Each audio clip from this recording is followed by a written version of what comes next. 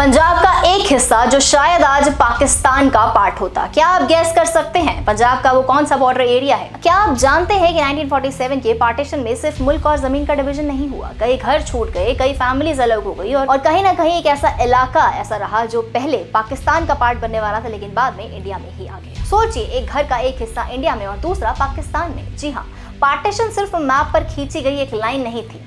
हमने उस मोमेंट को आज़ादी कहा, लेकिन सवाल यह है कि क्या ये आज़ादी वाकई इतनी सिंपल थी?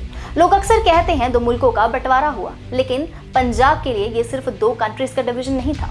पंजाब की जमीन का बंटवारा हुआ और उसकी सबसे बड़ी कीमत पंजाब के लोगों ने चुकाई। Hello, I am Khushboo Verma and on today's Scoop Diggers let's look at some lesser known stories of Punjab around independence and partition.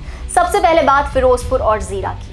आज ये इंडिया पंजाब का पार्ट है, लेकिन अगस्त 1947 में इनका स्टेटस इतना स्ट्रेट फॉरवर्ड नहीं था। 8 अगस्त 1947 को sir Ivan Jenkins undivided Punjab के लास्ट गवर्नर को एक प्रिलिमिनरी स्केच मैप भेजा गया। इस मैप में फिरोजपुर और जीरा तहसील को पंजाब की साइड दिखाया गया था।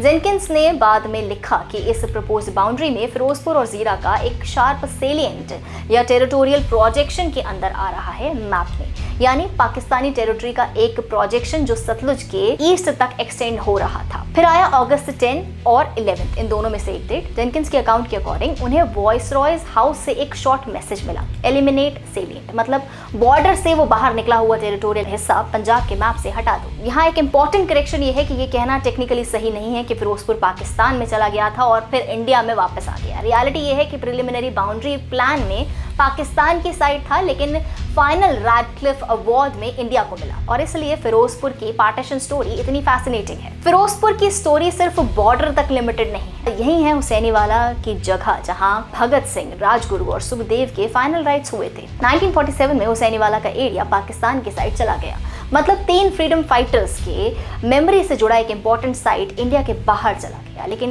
1961 में सिचुएशन चेंज हुई। 17 जुलाई 1961 को इंडिया पाकिस्तान के बीच एक टेरिटोरियल एग्रीमेंट इंप्लीमेंट हुआ। पॉपुलर वर्जन आप सब ने शायद सुना होगा।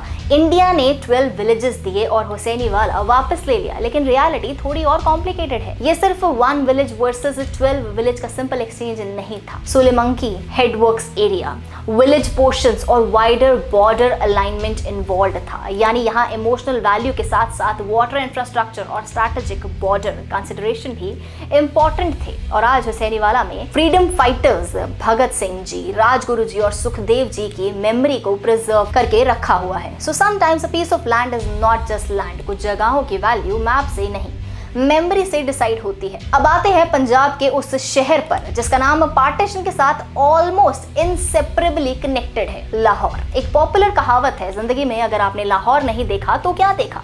कुछ लोग बताते हैं कि लाहौर हूबहू इंडिया के पुरानी दिल्ली जैसा दिखता है। एक पॉपुलर स्टोरी है कि रैडक्लिफ ने लाहौर को इनिशियली इंडिया को देने का सोचा था। इस स्टोरी का सोर्स है इंडिया के जाने माने जर्नलिस्ट कुलदीप नैयर। उन्होंने अपनी बुक स्कूप में इस चीज का जिक्र किया, जहाँ पे वो कहते हैं कि पार्टीशन के बाद वो लंदन में रैडक्लिफ से मिले और रैडक्लिफ ने उनसे कहा, I nearly gave you Lahore, but then I realized that Pakistan would not have any large city. I had already earmarked Calcutta for India. अगर नैयर की रिकलेक्शन को देखे तो स्टोरी ये सजेस्ट करती है कि रैडक्लिफ ने लाहौर को इंडिया के लिए कंसिडर किया था, लेकिन पाकिस्तान के पास एक मेजर सिटी ना होने की वजह से लाहौर पाकिस्तान में रहा। लेकिन यहाँ एक फैक्ट चेक बहुत इंपॉर्टेंट है, ये ऑफिशियल रैडक्लिफ अवार्ड का रिकॉर्डेड रीजन नहीं है। ये एक लेटर प्राइवेट इंटरव्यू की रिकलेक्शन है। 1947 सेंसस के अकॉर्डिंग लाहौर सिटी में मुस्लिम्स क्लियरली मेजॉरिटी में थे और हिंदूज और सिख्स एक सब्सटैंशियल माइनॉरिटी थे।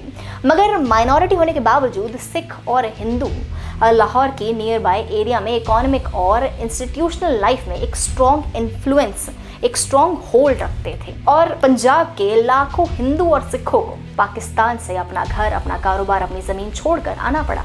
और शायद यही है पार्टीशन की सबसे इंपॉर्टेंट रियलिटी। हम अक्सर मैप देखते हैं, इंडिया यहाँ, पाकिस्तान वहाँ, बीच में एक लाइन, लेकिन उस लाइन के नीचे क्या? वहाँ थे शहर, वहाँ थे गांव और वहाँ सबसे इंपॉर्टेंट थे लोग। फिरोजपुर और जीरा का मैप बदला, हुसैनीवाला की टेरिटरी बदली, लाहौर इंडिया से छूट गया और पंजाब के लाखों हजारों फैमिलीज के लिए बॉर्डर का मतलब था अपना घर छोड़ना। लेकिन जब हम कहते हैं 15 अगस्त 1947 को इंडिया आज़ाद हुआ, तो पंजाब की हिस्ट्री एक अनकंफर्टेबल क्वेश्चन रेज करती है।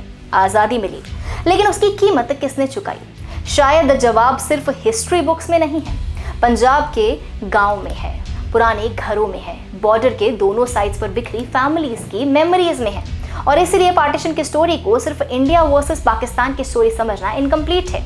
ये पंजाब के लोगों की स्टोरी भी है। I am Khushboo Verma and this was Scoop Diggers by True Scoop, where we go beyond the headlines to understand the stories history left behind. If you like this information, please subscribe our channel. Thank you for watching.